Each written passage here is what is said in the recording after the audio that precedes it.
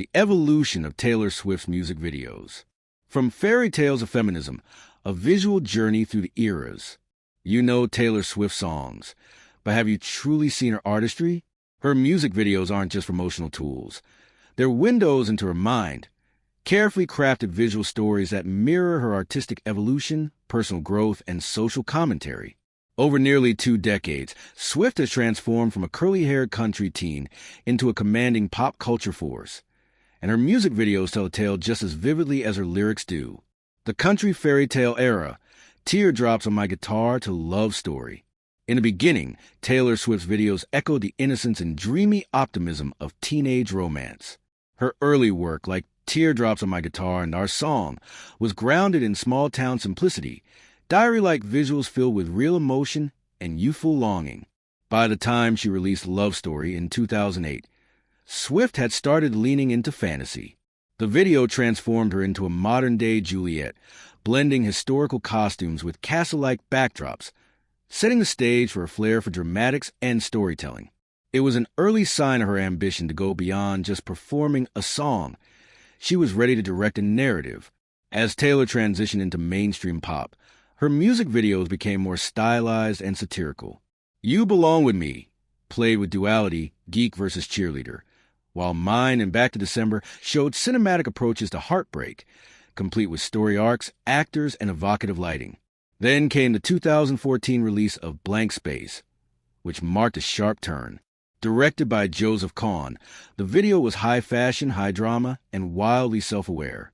Swift poked fun at her media image as a crazy ex-girlfriend, flipping the narrative with theatrical flair. The production was grand, the symbolism rich, and it announced a new level of visual ambition. After a public feud-filled year and intense media scrutiny, Swift came back with a vengeance, both lyrically and visually. Look What You Made Me Do shattered her old image, literally and figuratively.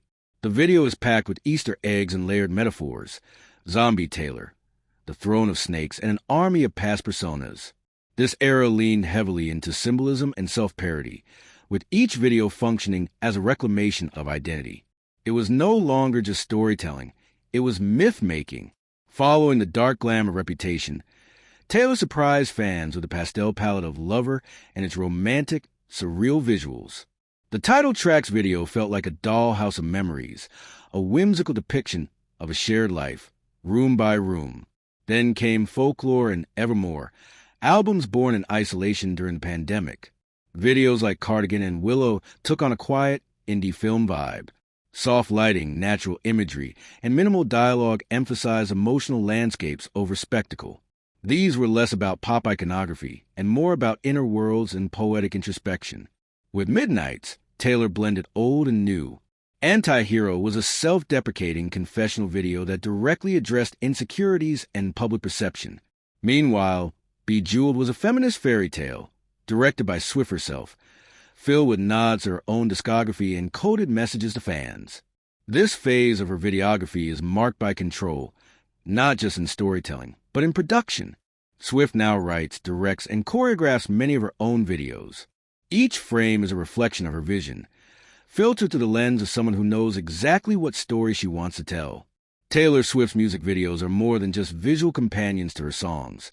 They are cultural artifacts, storytelling tools, and personal declarations. They evolve as she does, capturing